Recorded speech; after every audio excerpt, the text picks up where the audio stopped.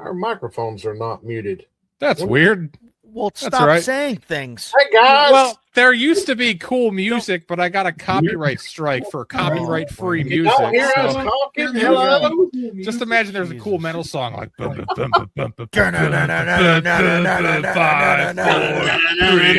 2, 1. I love that stupid intro. It's so fun. That's the best. So the person who's responsible for that intro is here today. Yeah.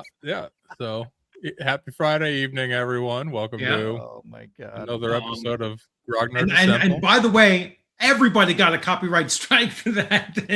We did. Yeah. Rich was the one that let me know right away. He was like, Dan, did you use copyrighted music? And I was like, no, it was no copyright and no attribution, and it wasn't supposed to be part of the auto scan fingerprint thing.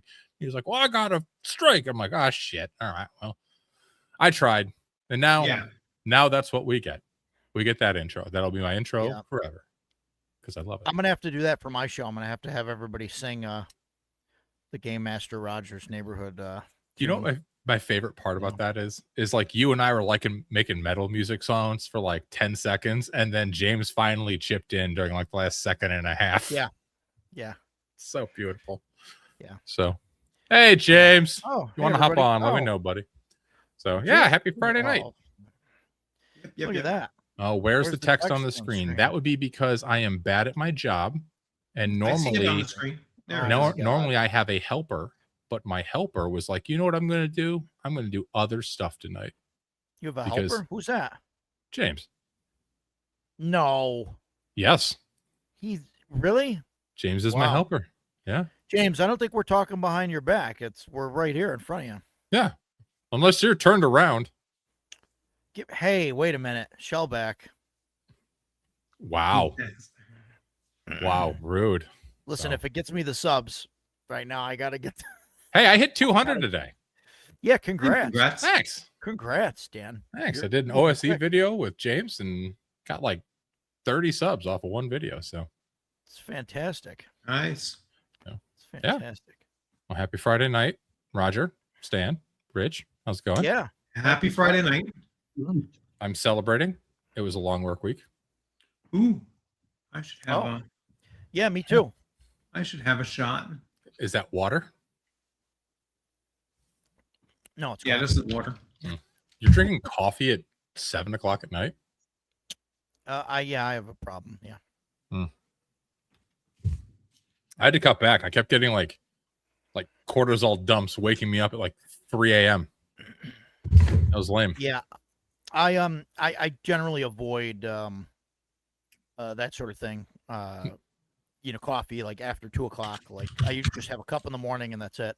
Yeah. But for late streams, for this and tomorrow night, I'll be drinking coffee. Late? 7 p.m. is late? No, this isn't that late. But after this ends, I'll be up doing stuff still. Yeah. So I'll be up for a couple hours, and then tomorrow we'll be up late. So I'll be drinking coffee. That's true. Yeah, I normally drink coffee during Chubby's game because otherwise I can get kind of sleepy. Yeah. So. Yeah, definitely. For as much crap as we give James, I also like to go to bed at a reasonable time. Yeah, well, yeah, but James likes to go to bed earlier. Right. Yeah. So yeah. Like 7 p.m. Yeah. So night, buddy. I know you're in chat. I know you got a, timer on that. So all right. Well, what are we talking about today, Dan? Today we are talking about like homebrewing adventures and how we do that for our various campaigns. And I thought you guys would have a whole lot of great ideas because you all run a lot of games. Like Rich runs a whole ton of games. You have an every day or every week game, and I've got a couple. Yeah. And Stan has 92 some odd Castles and Crusades session diaries. So he's got to have all sorts of good things. He's got like 5 games a week going on or something now. It's crazy. Do you really? Not anymore. Oh. Shut up. You've got like 3. No, maybe 2 at the most. Depends. I'm down to just 1. Yeah. I'm just down to my Tuesday night Greyhawk Castles and Crusades campaign. And, I brought my Thursday nights, which always struggled. I brought my Thursday night to an end. I was like, all right, I moved those two guys over to my Tuesday night, and then I just shut down my Saturday, evening OSE game. Kind of brought that to a close too, because it was hard to pull that off. So I just have one to focus on, which is awesome because that'll give me plenty of time to start writing adventures for my upcoming, conventions. Well, and you had a really fun one that you definitely brewed up that you ran. And I'm tweaking that, and Let's see on. so Dan played in my my homage or adaptation of Red Nails for Hyperborea 3rd edition, which is far better than 5e because 5e sucks and you have to play that shit. Thank you, Rich. I love you, buddy. Yeah. And as a matter of fact, the next iteration of that, I will be running that twice at ShireCon, and this time it will have figures from the Monolith Red Nails box set that Ducato is currently painting for me. So, so the next group are going to get a much more upscaled version of that. So I'm really excited about that. And I'm still tweaking that adventure, make it a little bit more in depth because it worked out great with you guys, but it ran really well. A little bit more. Yeah, we took about 20 minutes to actually make characters, which was fun. And it took 35 or 40. Did it really? It didn't feel like it took like 35 minutes. Well, and that's something that when you're running your own games at a convention, for certain game systems you have to go with pre-gens, and as streamlined as I thought I made that, it could still have gone a little bit further in that streamlining. And so I'm going to just hand out 6 character sheets, and they'll have everything filled out but the names, so they can name their characters, and get right to it and get right into it. Yeah, I would definitely say that Hyperborea is probably just over the line of where you'd want to make characters for a convention game. Yeah. Shadow Dark OSE, sure. Unless you're going to run like a 2-hour game or something, you know what I mean? Yeah. Hours or something like that. But Shadow Dark is definitely a game that a game system that you can make up characters in 5 minutes. 5, 10 minutes, 15 minutes if somebody doesn't know the system at all. Yeah. You can, So. Yeah.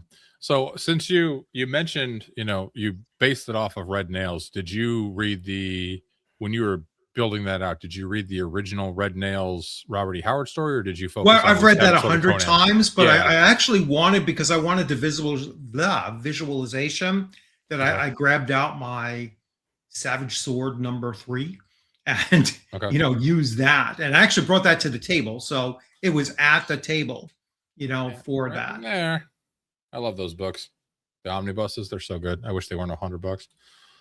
So I brought the real deal. I brought the real deal.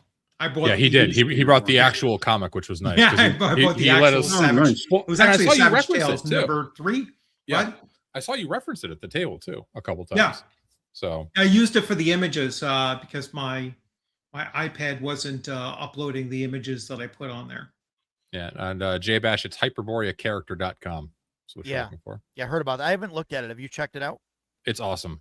I'm going to do a video on it. Oh, is it really? Yeah. I have to double check that too. Yeah, it's hyperboreacharacter.com. It's a character creator for it. You can, whatever you don't fill in, it'll randomize for you. So if you just click generate character right off the rip, but you put in level 4, or not a level, but an experience amount, it'll generate you a character. It's really quick. It's awesome. Oh, wow. So, that's awesome. I actually recorded a video on it, but it turns out that for whatever reason, my what do you call it? The noise cancellation stuff I had set up in OBS was turned off, so you could hear the dogs barking, the child screaming, the dehumidifier behind me, the child falling and smacking her head at one point, dogs barking again. Yeah, it was just bad, so I got to redo it. But fantastic. Yeah, I've also done some literary inspiration, which for adventures, which I tend to refer to as a theft. but because I'm not that creative. But it works great. Well, I mean, What? let's be honest. I mean, everything that's like it's very rare that there's like an adventure or a movie or a book or anything now that is that can say, hey, this is 100% new and nothing is taken. That's fair. But I mean, I'm not one of those everything's been done already, guys, but like, a lot of stuff is heavily borrowed. Yeah. So, but like Clark Ashton Smith has some good short stories that I've swiped from and will continue to swipe from. Robert E. Howard, of course. Things I've read in other books that I've adapted for games. So, but it works very, very well. So, what about you, Stan? What do you do when you're making homebrew adventures? Most of my stuff is homebrew, with probably the exception of like if I run weekly for our weekly group, I've run pre-written stuff for that. So, but my CNC campaign is mostly home, almost probably 99%. That's cool. So, yeah, so it's all just different ideas that flow into my head, and then that campaign started off as kind of like a West Marches campaign, and then it's not that anymore. But when I had a lot more players, I didn't want to worry about scheduling at all. So, which was the biggest headache for my previous campaign. And yeah, so I would just throw out different ideas, and I just let them latch onto them and run with it. And like I said, pulling inspiration from books and matter of fact, the area they're in, or the area they started in, was heavily inspired by. I was reading books by or listening to books by John Glynn at the time, and his first two series that he did that are connected, they were really good, and I pulled a lot of inspiration from them. Rich is one of Agile's favorite D&D gents. Look at that, Rich. Much love from Agile to you. So you've had 90 plus sessions and it's like 99% homebrew. You haven't dropped in any like modules or adventure sites or anything? No. The only thing I can say that I dropped in is the Rod of 7 Parts arc. I'm using the old, I think it's 2nd edition box set. But even that, I didn't really I did my own thing. I use there's an initial encounter in that book or in that set on how you can get like the first piece and get the party rolling with it. They kind of give you a bunch of different options. I took one of those and introduced that scenario to them. And it wasn't even the entire adventure. It was just a single encounter. And then after that, it's been, I've taken a little bit here and there, but I'm not following that at all. Yeah, my Tuesday night game that I was running Tales of the Valiant in, they TPK'd this week. They were level 9 or 10, I think. So that was hilarious.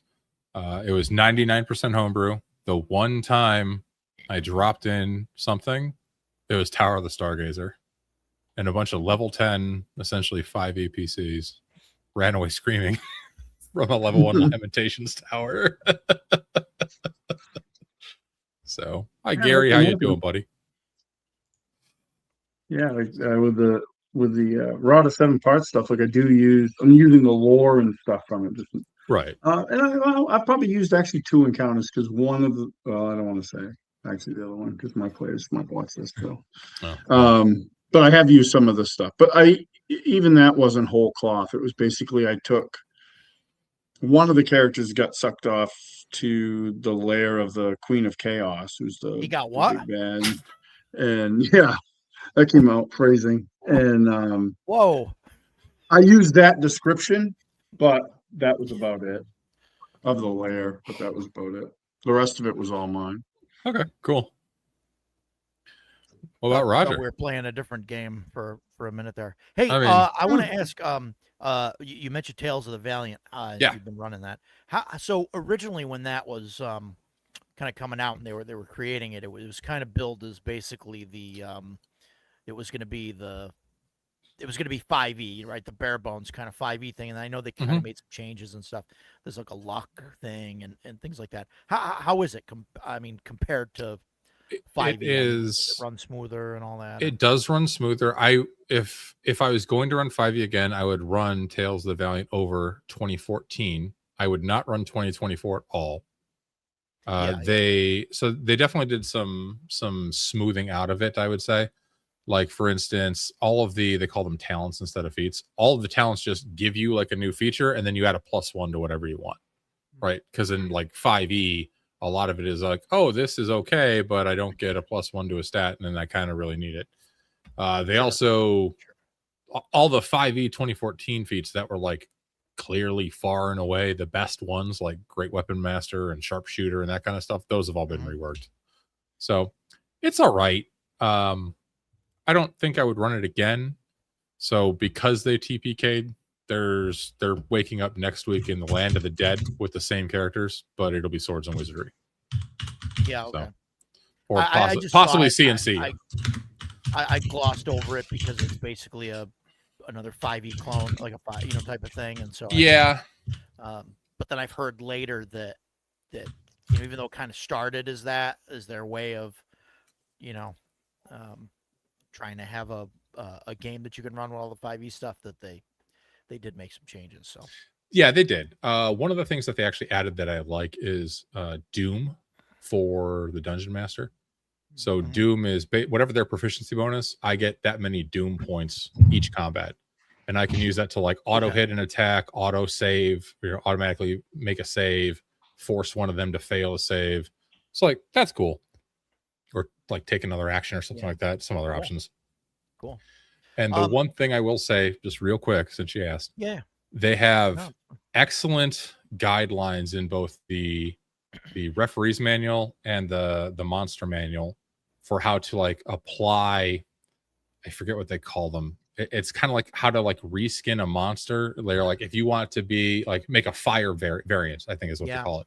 If you want to make a fire variant, consider like for these hit dice ranges, give it these types of abilities if you want. And they have that for like everything, like void and like, light and everything. Yeah. So like a template. Yes, templates. That's what they call them. Yeah.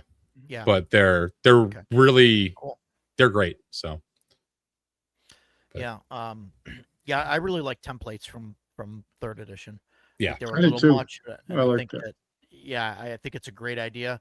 And I liked how they kind of gamified all that stuff. So you can say, oh, okay, like this undead creature doesn't exist, but here's the form of how to convert a live creature into an undead one.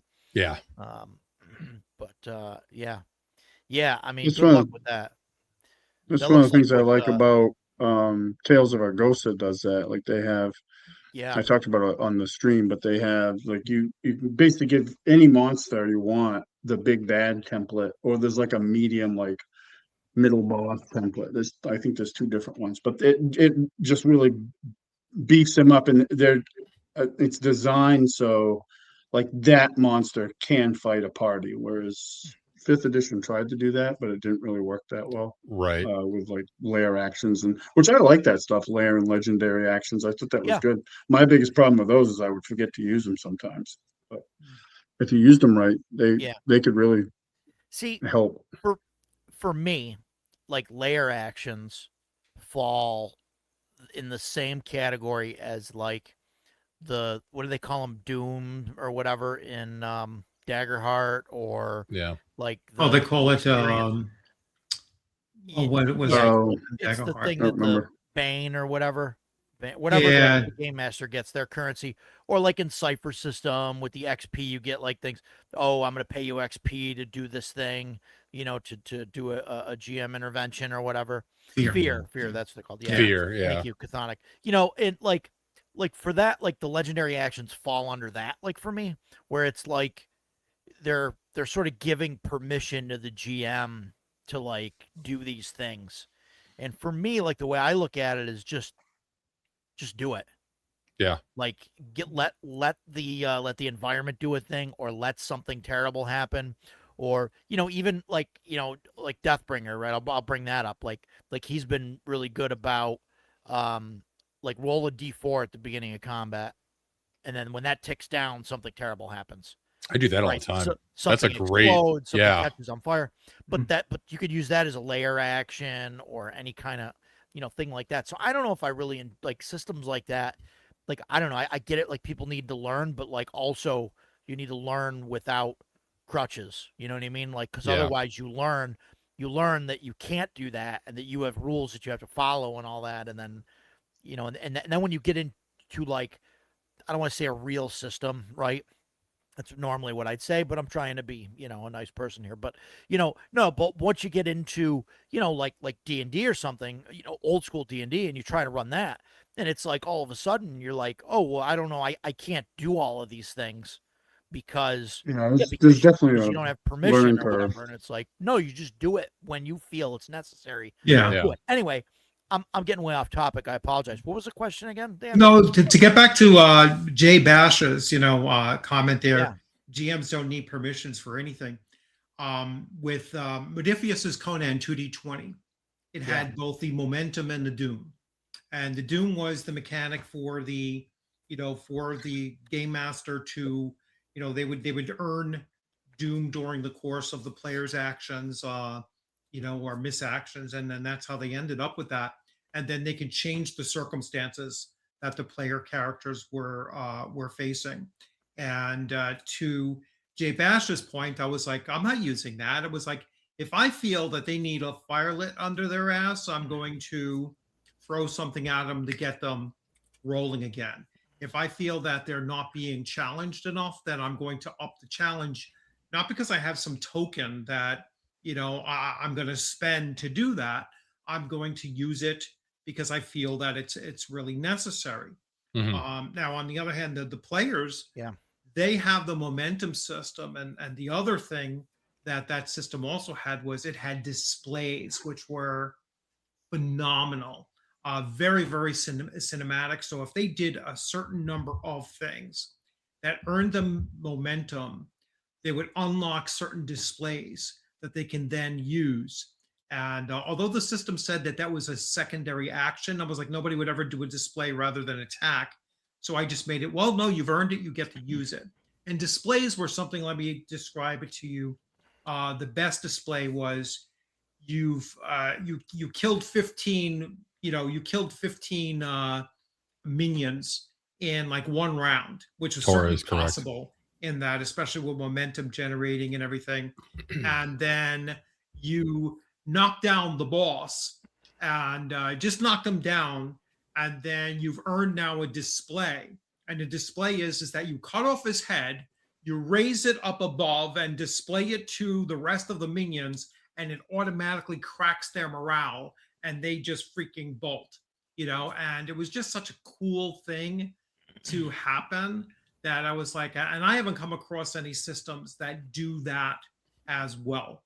So so yeah, when homebrewing, to bring it back to our topic, when homebrewing, I find that not just homebrewing the adventure, but homebrewing the game mechanics, or really house ruling the game mechanics for that more cinematic and just exciting kind of gameplay to take place at the table is also, I think, equally important than just writing your own adventures. You should be writing your own game tweaks, mechanical tweaks to make the gaming experience much better. Dan, can you pull up OSR campsites Yep. quote again? Yeah. I want to. So that says, as a DM, you shouldn't need permission to run your big bad monsters the way you need to. Like I agree. I agree with that 100%. I will just say one thing. I would not change the way combat works without like letting the players know about it. Like I wouldn't have like extra attacks or like change the way that, you know what I mean? Like, yeah, you run the bad guy like the way you want to, but make sure your players know, hey, when there's a boss monster, Yeah. they get extra actions, they get to go between players' turns. You know what I mean? Because if they're playing Shadow Dark, they're going to expect to get all the way around the table before you get a turn again. If you all of a sudden say, like, after every person goes, oh, this thing happens, and you get, clawed, or or the room falls apart, or, whatever, they're going to be like, oh, we didn't know, you know what I mean? And then if that kills them or causes problems, it's on you because they didn't know that was going to happen. You know what I mean? Right. Yeah, that's So fair. they should know the rules of the combat. That's all I'll say about Yeah, I mean, like I've had like single boss monsters where I said, okay, this is going on initiative 20, 14, and 7. Yeah. Good luck. Like I've done that. Right. So Yeah. I'm usually always changing how monsters work. So yeah, my me players too. just kind of always accept. Like they're like, oh, great, like, oh, this guy's tough or whatever. Yeah. But I have don't a much player issue that with gets really excited and looks up monsters online. So Yeah. I can't use Oh, anything my that has like a God. published stat block. Yeah, Chase. mine don't do that, but they just That's for a expect me to different have episode, changed but it. yeah, I have that problem. Oh, do you? Yeah. Yeah, not so much I mean, I have, yeah. People I like change breed monsters up things. just to change things up and Yeah. make it a little bit a little bit unpredictable for them, or Mm. it's sometimes it makes it just a little bit more gonzo, weird, surprising, scary, whatever pulls off just a different feeling. Oh, we're not fighting just another zombie again, Yeah. kind of thing. That's what's really great about, Homebrew, whether it's the world or adventures or whatever, is that you don't have to worry about, like, all of it's new. Like if the players might know what things are or whatever and have an idea, but like the characters, they're not going to know. The PCs aren't going to have an idea. So like if everybody's been playing, Shadow Dark for years, and then all of a sudden, if the brand new first level PCs come across skeletons, they know how many hit points they have. They know what they are, but like Yeah. if they don't have any idea what the thing is, they have no idea if they should run or not, so it's kind of interesting. They got to try and feel their way through it. And that's something that I learned even recently. This is, goes into the homebrew thing where we switched over to Forbidden Lands to try that. And I'm using my existing homebrew world for it. And I used some of the adventure sites in the Forbidden Land books that I put out. And I used one of the small towns because I thought it was interesting. And as soon as I named it, that somebody was headed there, an NPC was headed there, one of the players in the game immediately was like, oh, that place, yeah, we're not going there, fuck that, like because he's like, oh no, that's a bad place, we don't want to go there, there's bad shit going on there, like whatever. And then immediately the other players in the game were like, oh yeah, then we don't want to go there then. Whereas if they didn't know, and if the town name, if I just said that it was, Bob's place, they would have said, oh, do we want to stop here? Would it, you know what I mean? And they may have stopped there or whatever. So I think that's like a thing with homebrew is, I think it's good for homebrew to have different things, even if you're just reskinning existing things. I was just Like about to say that. Yeah. I love adventures that are like adventure sites that you can Mhm. very easily reskin. Mhm. So that's Greg Gowron's Lost Tomb of Cascock Moth the Undying. Yeah. His I mean, second I've Kickstarter is going live soon, by the way. I've run Keep on the Borderlands. There's a ton of different copies of Keep on the Borderlands out there. Yeah. I've ran a ton of different ones. Multiple times in different games for the same people. Mm-hmm. And they don't see that it's the same because I might spread the caves out or, put a cave in each separate hexes, you know what I mean? And just use them in different places and all of that stuff, or rearrange them, and people don't realize that it's the same thing. Because they don't remember the layout of the. Yeah. of the Anytime I use a module as inspiration, I will I'll do the same thing. I will change the whole story up. I basically just steal the maps, and even Yeah. then I alter them. I'll put them up into into Paint, and then just eliminate sections of them, and just make it something different. Or like what Roger said. I mean, I took Barrow Maze and I separated the big, Oh those my God, maze yeah. components Yeah. to different Yeah. places. Like, to me, I'm not a mega dungeon person. To me, it doesn't make sense unless you have factions that they're going to get involved with and everything, and they have resting points or whatever. And I was like, nah, I'm just going to break this thing up into, Yeah.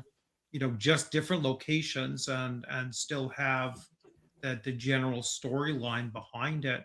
But even that, I kind of, that kind of petered out on me, because I think it was too tied to just the story of Barrow Maze, and that just wasn't my thing. I like to homebrew my my adventures so much that I don't like to just use what's already published. Yeah. Yeah, I do a lot of reskinning when like I do like a ton of just straight up homebrew. Like when I'm on conference calls at work and I'm just like listening and paying attention, just in case anyone from my office is here. I do listen on all those calls. But you never know. I don't think they know I have YouTube. No, I'm not gonna get fired. But like I this is the, if you watch the Monday night game, like I made the blue hole under the Oasis. I just doodled it up during a conference call, and then just over the week, filled in some rooms and came up with some ideas, and yeah. So Rich mentioned changing up maps. So so on the Wii, right, the Nintendo Wii, a long time ago, Roger used to be a Legend of Zelda fan. Still am, really. I just don't have time to play the games.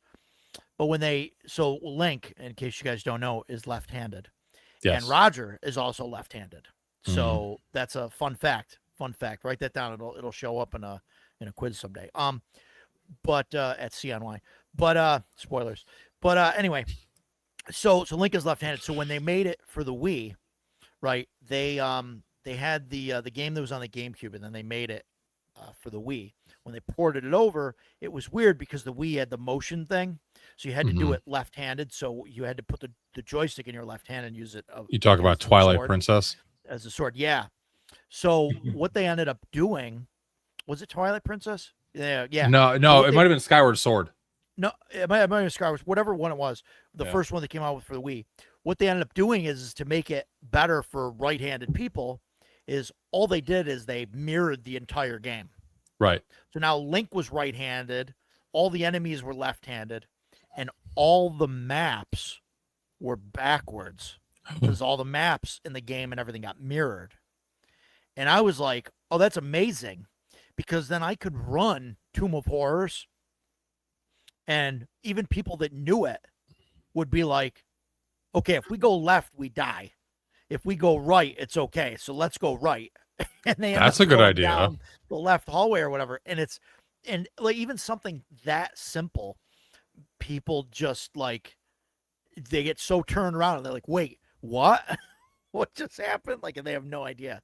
And so yeah, it like when Rich says like, yeah, moving the map or changing the map around, like you really don't have to, don't like take apart the entire thing in Photoshop and redo pathways and all of that stuff. Just mirror it, flip it or whatever, So they mirrored the floor plans of my house, and then not all of the installations matched the new flip.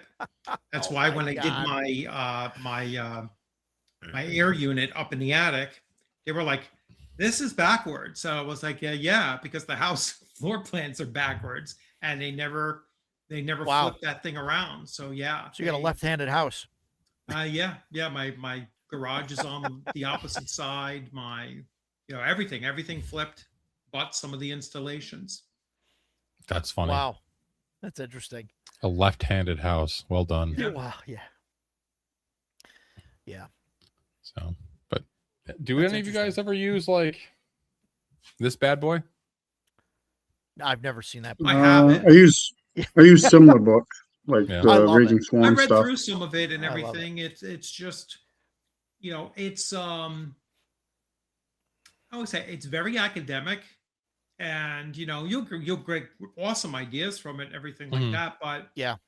I just sit down and I just start creating an adventure. I kind of have an idea of what the big stakes are, and then I Yeah. just build around it, and it's you know I've been doing that for decades, so it's not across different systems, so it's not something that I really need to use a Yeah. lot of, because I know one of the questions, before coming in here is, do you use any kind of like, I agree, Stan. charts or graphs or randomized tables and such? And no, I just go off the top of my head. Yeah. That's usually what I'm doing. I really like that book better than the tables and stuff that are in it. The stuff that's in the margins. Like there's just a list of just Yep. words and stuff in the margins, and you can Yeah, just on every single page. yeah, you Mhm. just Yeah. pull some words and random page, grab a word, flip to another random page, grab another word, and that can be the basis of your idea or whatever. But Yeah, I have a smaller version of that. What it was, it's like Tome of Adventure Design. yeah, that's the older one. That The yeah, Frog Yeah. God one. That's the this one. Yeah. So yeah, that one's awesome, Stan. yeah, Yeah, that's Yeah. the original one. Yeah, Yeah. yeah, and Yeah. when I looked at it, I was like, all right, I already have this. That's why I didn't get the physical of the other. I just got the PDF of the other, and I was like, all right, I'm good to go with this. But yeah, it's a great resource if you're, I don't know, if you're just like at a mental block for ideas, or it's Mhm. great for making like adventure seeds, which is something that I've been doing for my current campaign. Is that I don't flesh out adventures anymore. I just came up with like almost like the Book of Layers, right? So little adventure seeds, Yeah. and then I just wing it from when my players say, hey, we're going to go do this one, because they usually have a choice between three or so adventure seeds, and then I flesh it out as they go. I'm just feeding off of whatever they're doing, and just very sandboxy, very unplanned, and very responsive to their actions. Yeah, I do a lot of winging it when I'm running a game. So generally I'll have like a premise or a few like thoughts or hooks, and I'll present them, and I like to just kind of react to what the players do, Mhm. right? I don't want to say this week you guys are going to that tower. I just like to kind of set the scene and roll with what they do, and I often find that a lot of the random shit I pull out of my ass winds up becoming like adventure seeds for future sessions.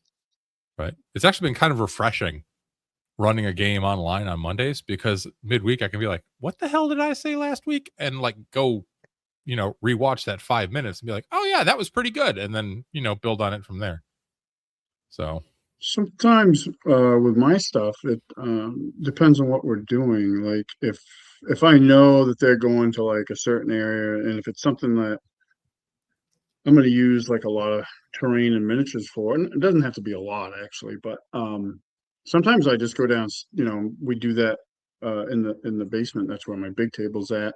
And I'll go down sometimes, with a blank table, but I'll have an idea, like a kind of an idea what I want to do. And I just start building Yeah. based on that original idea. And then all my ideas, it expands out from there, like the dungeon or the adventure grows from there.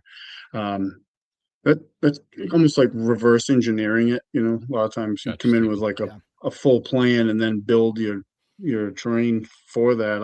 I often, most of the time, do it in reverse. Like I'll have, oh, we're gonna have this encounter, Mhm. most likely, that because they've let me know, like, hey, we're going to confront so and so. I'm like, okay, great. What's so and so's place look like? Right. So I do it that way, and then like I said, I use the Raging Swan books. Like those are a little bit more specific. It's not like the other book that one you guys are holding up. I mean, that's to generate an adventure. This one is like Right. this one here, the Dread Lair Nomicon is all about layers. So like if my guys were like going to a Etten lair and I was stumped for ideas, I just like go through and just start picking Yeah. out things in the Etten lair that I like that I would put in my notes so I'd remember, oh, there's a giant carcass hanging out front or of the lair or something, just little things like that, little flavor Mhm. things. I'll use those. I really like the Raging Swarm books, these two books especially. Yeah. No, they definitely look awesome. And I know they're starting to redo the covers on some of them. Hopefully they get to all of them. Yeah. Yeah, they're doing the three. The Well, I main don't know if they're three. doing. I know these two they're doing. They did for sure. And then I think they did the Dungeonomicon too, which I have over there. But that one's a little bit. I mean, I think it's more specific. It is. It's written for their setting. You could use it anywhere. I mean, it's very generic in that regard. Mm. And those are nice though. Like those things are nice. I've talked about them before. But they're nice because they give you like a framework, but you got to fill in like the monsters and if there's traps or if there's what's the treasure and all that stuff. So you have to do that. It just gives you a little nudge to do that. And you can do them pretty quick if you have, just a little bit of time. Yeah. I've done a handful. I've done a lot of stuff like Dan is talking about, where you're just riffing off of whatever the players are doing. Do a lot of that too. Yeah. A lot of that stuff. There are times though where I like to be prepared and have like more of a, because I think you can have a more polished product or whatever if you're trying Yep. to create something ahead of time. But yeah, I mean, I either way, I mean, I think it's important to run I or agree, at least Agile. read through modules that are made for the system Yes. that you're designing for before you just go homebrewing stuff. Agreed. Because I think that's the best way to get the flavor of the game. I mean, you could read the stuff that's in the core books and all that, but read through the modules, the official modules for it, and you'll see kind of how they're designed, and then you kind of have a design space and say, okay, this is, and then Well, change it or do Yeah, and whatever like you want and with you it. get themes and moods and stuff too for the Yeah. system, right? Like, some are going to be a lot more high fantasy, some are going to be weird science fantasy, really good games are weird science fantasy, and then Yeah. Yeah, I would say you wouldn't even have to do like the official because for me it would really depend on what is the tone that I'm looking for, right? So true. I ran Sure. a 5e campaign that was very much like a grimdark campaign, horror and all that. And I mean, there was no official D&D adventure 5e adventure I was gonna read for that. So it was Yeah. more like, oh, I'm reading Warhammer, old Warhammer Fantasy or The Witcher or stuff like that to get that flavor and tone that I wanted. Yeah, I agree with Jay Bash here. Books of adventure sites. I love adventure sites. That's why I love like little modules, right? This is an adventure site. Greg wrote it as a, Yeah. like a one shot, like a 4-hour thing. Like, this is what your characters are doing today type of thing. And you can just Yeah, plop those them in things are wherever. very helpful. Yeah, they're great. Yeah, I did that with the Lair books. Which are those, my Rich? party, they were traveling to When in doubt. Oh, Book of Lairs Yeah, and Book of Book of Lairs too. Lairs, Yeah, When in doubt, that's go true. straight Yeah. go straight to the original. You know Yeah. what I'm saying? It's like especially if I have something where not enough players show up, and it's like, well, there's only 3 of us here, you guys are in a position where you can do something very minor, that only requires the 3 of you, and then I'll just jump into one of these and pull something out. Mhm. And boom, Yeah. it's a single session. You can tone them down, you can increase them, and yeah, and I like going back to the original sources as much as possible. And yeah, I nice like the, flex. Yes, yeah, Yeah. that is a flex to have, to have these guys, and yeah, I find them invaluable. Yeah, I do agree with what Stan was saying about how like for like pretty much any version of D&D, right? We all know what D&D is. Most everybody knows what D&D is. You don't need to run a D&D module to kind of get the theme of the world or anything like that. But I do think it can be helpful when you're learning a new system. Yeah. For sure. I mean, I if you're running kind of something brand disagree new. with you, but You disagree with me? I mean, I think that if somebody's running for the first time, they should run an official module. For the first time for a system? Yeah, I think so. Yeah. Even Like if the it's starter D&D. module that comes with the box Even set. if it's D&D. Yeah. Yeah. Even if it's D&D, Dan, even though everybody knows what D&D is or whatever, like I think they don't really know until they've run it. Okay. So I think like running the starter box stuff or adventure, something like that. So running like Lost Mines of Phandelver or Dragons of Icespire Peak for 5e or something like that. Yeah, if you're gonna I run think 5e, I think run that. Yeah. Yeah, like Pathfinder 2 has a really I don't know if they still make it. Shit, I don't even know if Paizo's still around. Topical. Up until next week, maybe. Yeah. But like it has a really good starter box. So yes, it does. It has Keep on the Borderlands, Torah, or whatever the heck they made. 5e doesn't have a starter module. Sure, they do. Yeah. Phandelver is the starter module. Yeah, Phandelver. I think he's talking 2024. All of the box sets had, from 1st to 6th level, 2024. Yeah, they get a box set. What? 2024. If he's talking about 2024, they get a box set. Yeah, they got Keep on the Borderlands. Yeah. Oh, is it out of print? Well, rip. Oh, well, you know what that means? Sucks. That means a new one's coming. Yeah. And it'll probably be trash. I look forward to the starter adventure for Dark Sun 5.5. That'll be great. Oh, it's going to be awesome. I never looked at any of the. I played in Phandelver. I would recommend the original Phandelver. You can always convert it if you do need a module. That's actually a good adventure. I thought I enjoyed it. As a player anyway, I had fun. And yeah, I ran Phandelver. The rest of their stuff, not as much. Garbage. Phandelver was good. I enjoyed it. You can say it's garbage. Phandelver is worse. The worst was the Stranger Things starter set. Oh my god, that adventure is unplayable. That's unplayable. No one of consequence just called out the Hellfire Club starter pack. I never watched Stranger Things. I never got into Stranger Things. I tried. I didn't care. So, well, I hope you enjoy the Sandbox Generator, Steven. Yeah. So there's two different Stranger Things sets. There's the one from a couple years ago that came with the original one. The mini. Yeah. The original one. I think that's the one Rich is talking about. Yes. Right. That was unplayable. Yeah. The Hellfire one's different. The Hellfire Club one has a lot of stuff in it, and I think it's pretty cool. Because it's definitely it's a board game, whatever. But it's easier to run out of the box. I'm not saying it's great or whatever, but I mean, if you're gonna run 2024, I mean, get that and try it and run it. I mean, that's okay. That's fair. Or really, it's $100 now. Wow. Jesus. I have it. The older Stranger Things boxes figure is like $100. The figure alone, I'll sell that shit. That's good. Is that the one with the? I'll sell it to you for $70. Yeah, here's a Demogorgon. The Demogorgon. Well, I he's got a two of wussy them anyway. So, jeez. Chris, that was the greatest disappointment of my lifetime because I bought this thing thinking that I could convince my daughters to play Dungeons and Dragons, and they were like, "What? No, we don't want to read books." Because they were into Stranger Things? Yeah, they were. Yeah, they were totally into Stranger Things because they like the boys. Yeah, not because D&D or anything. They didn't give a crap about that. Right. Just like but boys. That's if they like Stranger Things, you got to try and get them to run. You got to try and run like Kids on Bikes or something like that for them.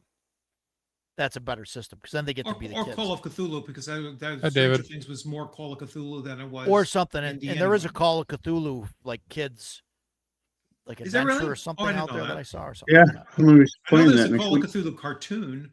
I watched that a few times, but I didn't know there was a kids game for Call of Cthulhu. I don't know if it's a. It's not a kids game. It's not a kids game. It's a game where you play as younger. And then there's different people or whatever. Like it's banned at freaking what was that? The Dragon Con in the UK.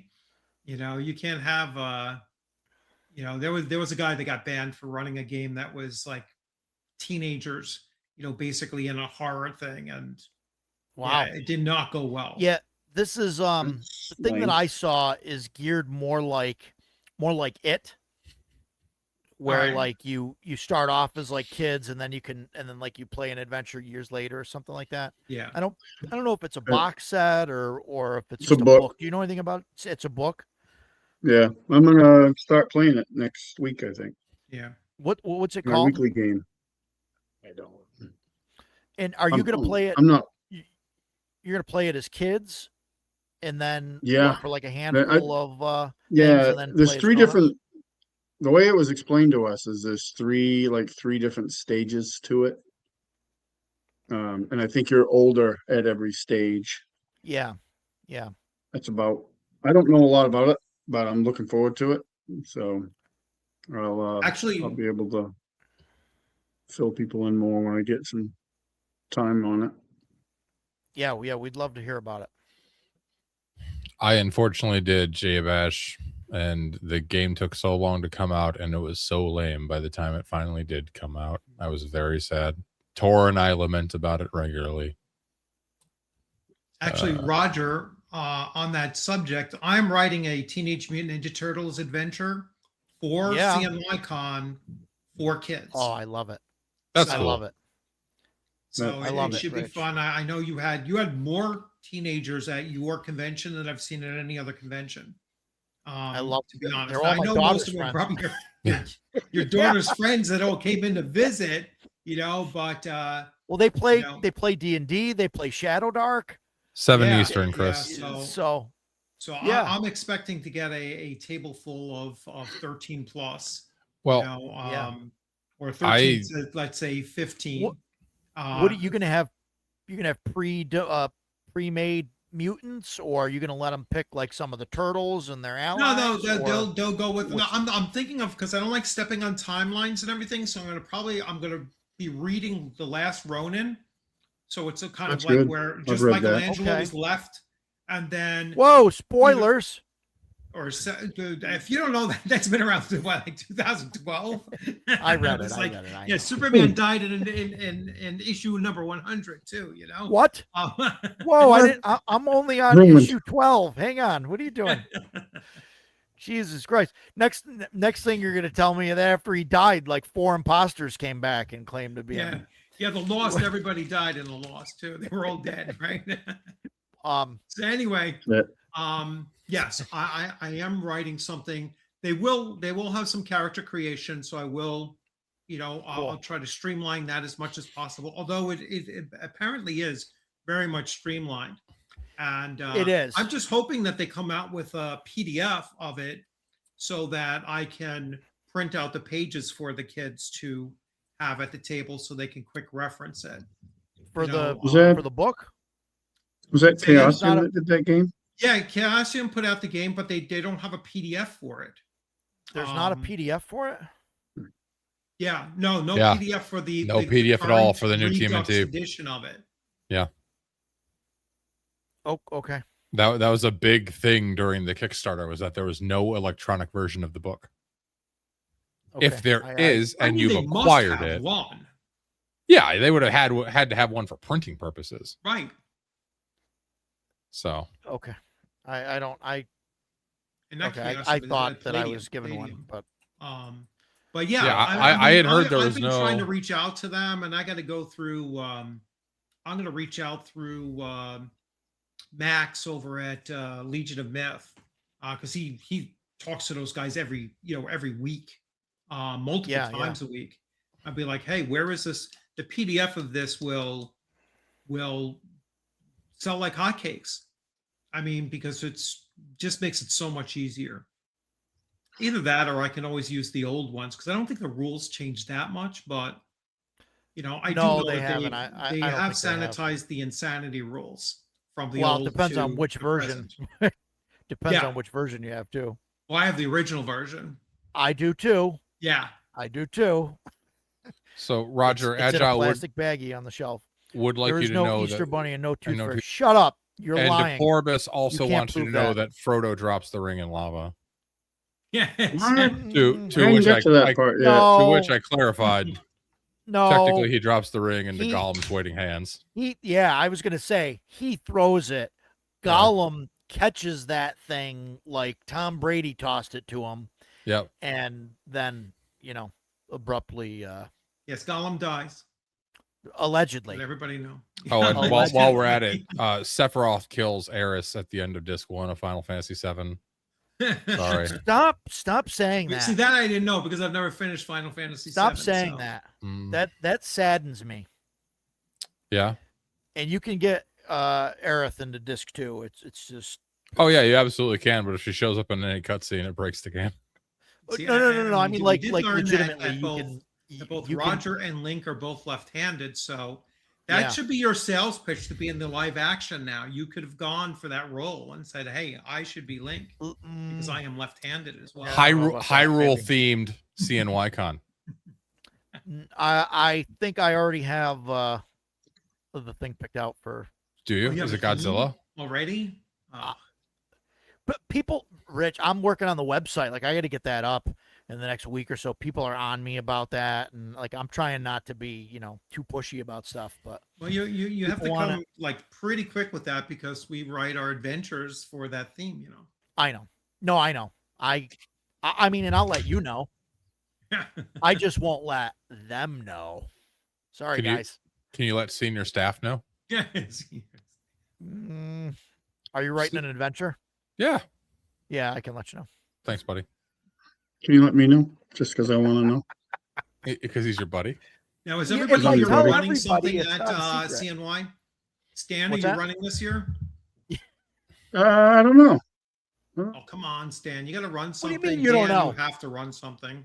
What do I'm you mean, definitely running. Stan? Roger, if you have the Oh, time, well. you should try to run Stan, something. what do you mean? Kinda. You don't know. We've been talking about you running. Well, we something. never come out and said I was running it. Oh, okay. Sorry. Spoilers. You should run Castles and Crusades. Yeah, I could. Right next to your Maybe. table.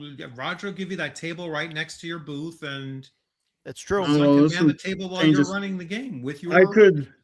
It's true. Well, I am helping with something that I may run or I may help run. I don't know. We haven't got I that thought far you were yet. going to run it. I thought you were going to run it. I know we haven't talked about it. But I run in a game at the I'm game day. not. I'm not opposed to it.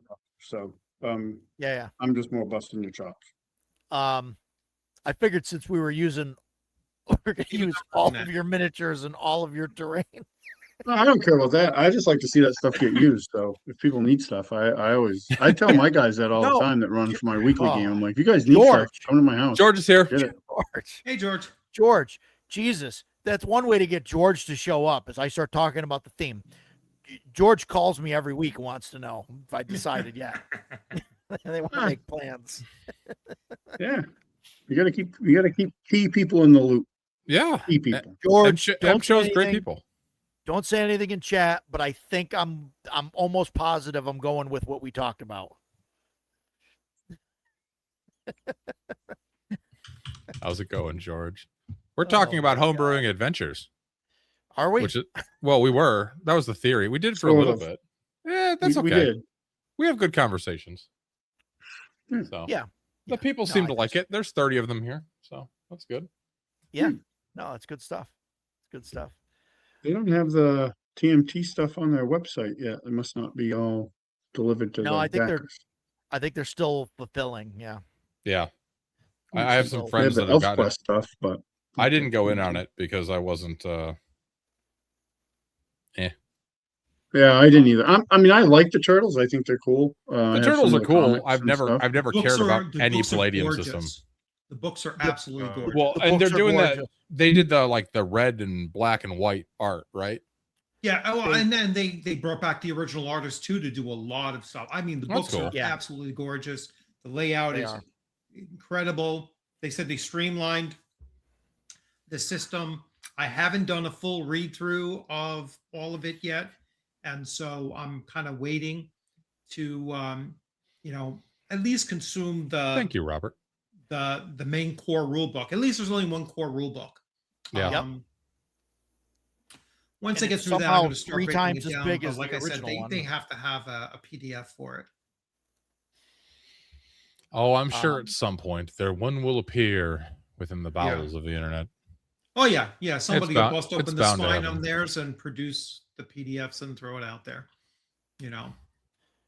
Stephen Kennedy would like people to play more Arduin. I agree. Arduin's pretty cool. I'm looking to play I've that been- at CNY as well. I've been reading my Arduin books. I've So been using Arduin miniatures in my son's Dragon Slayer campaign. I saw the pictures of these guys.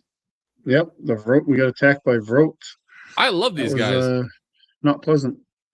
I had And- so much fun painting these. I started painting some like plastic miniatures, and I like the metal way more. I broke so many little swords and little guns and stuff because I'm basically like a ham-fisted retard. But like these metal, that's my jam. yeah. Yeah, those are nice too Was that because they're the one case? piece. Yeah. Someone's saying there's no PDF due to the licensing. It appears it'll be on an archive. On the archive, the Internet Archive. Well, I have the original in PDF too, so like I said, I can always cut and paste. Yeah, I do too. That's and then interesting. modify So, from there. Yeah. so they I've been didn't painting. they didn't get the rights to do a digital thing. That's Of their strange. reprint, I guess not. Well, I made 4. And Stephen, I spent about 3 hours studying different varieties of crocodiles and alligators to give them like a paint job, which actually I can tie this back into Homebrew Adventures. So one of the things I do is bringing us back. We're bringing it back. So for instance, my guys on Monday are going to be, I think, exploring a cathedral. So when I decided that, I was like, all right, I don't want to wing that. I want to have a proper map. I want to see if any of them decide to try to map something. That would be cool. And so I went down a rabbit hole last weekend for about 4.5 hours on Saturday night after Chubby's game, researching cathedrals, temples, like, you know, how like, you know, substructures underneath cathedrals in like medieval and ancient times. So like I'm looking at like undercross and ossuaries and like all these other different rooms. I made this big ass list of like 50 rooms, and I'm gonna put all those rooms in my thing for them. They'll probably go interact with 8, but I had a ton of fun. So You know what Dan just reminded me of, Stan? Remember the 12 areas of expertise a game master needs to have in architecture was one. Yeah. It's a real. I learned so like I mean I paint these guys. I learned about crocodiles. I had no idea there were so many crocodiles. I made this cathedral dungeon, which is all right. If anyone from Monday is watching, Mike, Jeff, Matt, close your eyes. But like, you know, made a bunch of stuff. Nobody could see that anyway. Made a bunch of maps. It's like, close your eyes. Made a secret sub level that maybe they'll find. But yeah, also I know a lot more about cathedrals now. So, and that was a lot of fun. Yeah. It was a big rabbit hole, Agile. It was a really big rabbit hole. Ancient crocodile people cathedral sounds wicked fun. See, now I'm going to do that. Yeah. Mhm. Yeah. No, it sounds awesome. I'm screenshotting that so I can put it in MS Paint so I can remember later. Thank you, Deploribus. You're a gentleman and a scholar. So there we go. I brought us back to Homebrew Adventures. Look at that. Nice. All right. How All are we going to because we bring us out of it now? Oh, you can just start talking about whatever you want. I don't care. We can talk about how No. you're left-handed and you like Zelda. It's fine. I like Zelda too. No. That's okay. They die every session. Your Monday Homebrew, group yeah, dies but every session. So one of these days I wanted to do like a adventure and map like generation on one of the Tuesday night streams. Okay. So maybe we'll do that at some point just to do just to show kind of how the process works. But I think it's interesting, like you hit on something good, right? Like you see these miniatures at a convention like Central New York RPG Con, right? Yeah. And you're like, oh, Great okay, convention. these are Staff cool, approved. like crocodile, frog things, like whatever. Okay, that's cool. Where are we gonna put them? Like, oh, maybe they belong in a jungle somewhere, and maybe there's like a temple to maybe to a frog god or to an alligator or a crocodile god or something. The mix of both, the Vroat, whatever, there's a Vroat god or whatever, reptile god or whatever. And those are that's his, his avatar looks like that. And those are his minions. And then now you start saying, okay, it's in a jungle. So you take, you start doing like a step pyramid, you know what I mean, that you'd find in the jungle or whatever. And you like draw that out and you just start getting these crazy ideas like what's there, like you need a MacGuffin, right? So like what's in this temple, Stan? What's in this temple that the adventurers got to go get? An idol. I put him on the spot here. An idol, right? That's perfect, right? And it's like a little gold statue or something of like this frog god thing or whatever, right? Aqua. I mean, you just start designing this stuff, and you just keep going with it and figure out what traps would be there and what things. Yeah, and that's the kind of stuff in Tome of Adventure Design. Like, these are great for. Like, what's in there? Some plague doctors that are making pickled onions. Okay. Yeah. Okay, maybe that one was weak. Awesome. But you can run with that and say, okay, there's definitely like some plague doctors, right, that are probably like spreading plague through food or something. Yeah. And they're going there and they're trying to make this food to poison these Vroats that guard this temple, or something like that. So yeah, I mean, see, we're just like designing away. This is fantastic. Yeah. See, it's not that hard. Anyone can do it. I'm not that smart. Yeah. Steven, this is by Matt Finch, who does Swords and Wizardry and Osric. His company is Mythmere Games. They still have this. It's a great book. There's like there's like procedures and tables in here for everything. So like if you just look at the table of contents and you're like, you know what I want? I need to make, it's got dungeons, obviously. It's got a lot of stuff on dungeons, but like maybe I need to make a forest wilderness. There's tables for that. Like to help you map it, dressing, legends, animals. There's tables for like lightning, different types of lightning that you can roll. Let's see what kind of lightning there is. That's on page 272. I'm curious what kind of lightning is in here. So like if you needed to describe unusual lightning. Oh, sorry. I can't read. Remember how I said I'm an idiot? It's lighting. Lighting. All right. Lighting. All right. Anyway, Lighting. But like amphibians, it's a D100 table. Amphibians in the room glow brightly. That would be a good one for your frog god. Perfect. And your they rope glow. dungeon. They glow when they get close to this idol. Right. Yeah.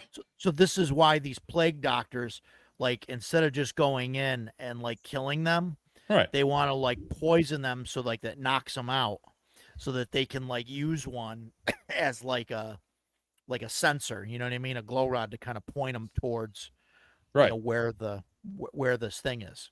Right. And like another one is dripping phosphorescent water. Yeah. So, yeah, that makes sense for some sort of like reptile toad god thing. But there's just so much awesome tables in here. So yeah.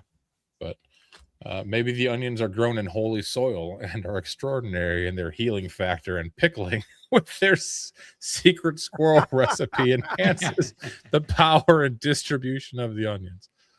Oh, Gamma frogs. So, but yeah, I mean, like here we go. Thank you, Agile. Intra-cloud, sheet lightning, cloud to ground, cloud to air, cloud to cloud, anvil lightning, and heat lightning. Cool. So D6 table. Yeah. No grease lightning? Oh yeah, you forgot grease lightning. So now You forgot grease lightning. Grease lightning. How did you forget grease lightning, D7. Agile? D7 table. I'm all for that. I also want a lightning subtable now, Deploribus. Might have to make one. So. Yeah. Yeah. Oh, Grognard's here. Deploribus Grognard. says we welcome our new pickled onion overlords. Yeah, you say that now, but once they get this idol and they place it in the some other temple, like it's bad news. That should be the CNY 2027 adventure, the pickled onion plague doctors of wherever.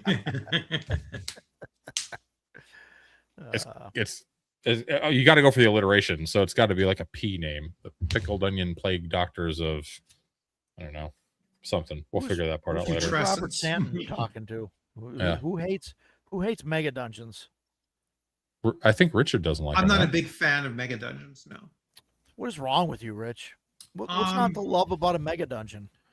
I don't know. I just don't like the whole concept of it. Too long Just a in one big dungeon? location, and so I Hey! break them up. Mr. Gowron, I was just showing this off earlier as a great example of something that you could insert and reskin if you want, or It's true. turn the corpse in the first room into a white and murder your buddy with it. Hey. Sorry, It's Jeff. true. He Not does. sorry. Rich was telling us what he hates about mega dungeons. Grognard also hates mega dungeons, Why do people? but not so Stone A many lot are of people done aren't poorly. fans of mega dungeons. And it's just something that Yeah. No, I to get me, it. it must have, like Greyhawk Grognard said, that a mega dungeon does not work unless you have factions, because you need a safe Sure. place to reside. Like when I was Right.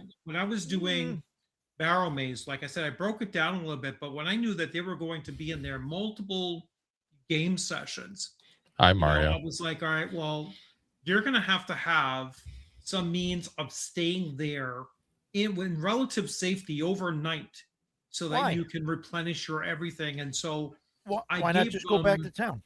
well, no, because town was too far away from where they were, and they would spend 3 days of travel, to go 3 back days to is the fine. nearest town, Yeah. to go back over there again. And we do nothing but spend time with, random you- encounters and blah, blah, blah, and all No, that I kind of get it. stuff. It was like, Don't make me get my Rapanathik, Torah. Well, you just do that. You do that at the end of the session or whatever. Like yeah, that's it. You say, okay, at could the end of the fast session, travel and do you're that going kind of home. thing. And I'm then gonna to roll me, for that's random not encounters. even a mega dungeon anymore, but You I know. just like breaking them up and putting them in different locations. Yeah. And having I them a hear you. little bit more compartmentalized, where they don't have to stay overnight or multiple nights over time. I also try to force them into the attrition of, hey, you used up all your spells early, so now you're going to have to struggle a little bit. World's largest dungeon. Yeah, it's just not. Is it bigger than Arden Vol? I don't know. It's I don't know. I'd have to look at the maps and lay them out. Yeah. This is, I think, 16 maps that are like 20 by 30, something like that. Yeah. Isn't Arden Vol across the whole thing like 10,000 This is- rooms or something insane like that? Yeah, maybe. And I don't know how many rooms this is. I mean, I don't. But it's sectioned off.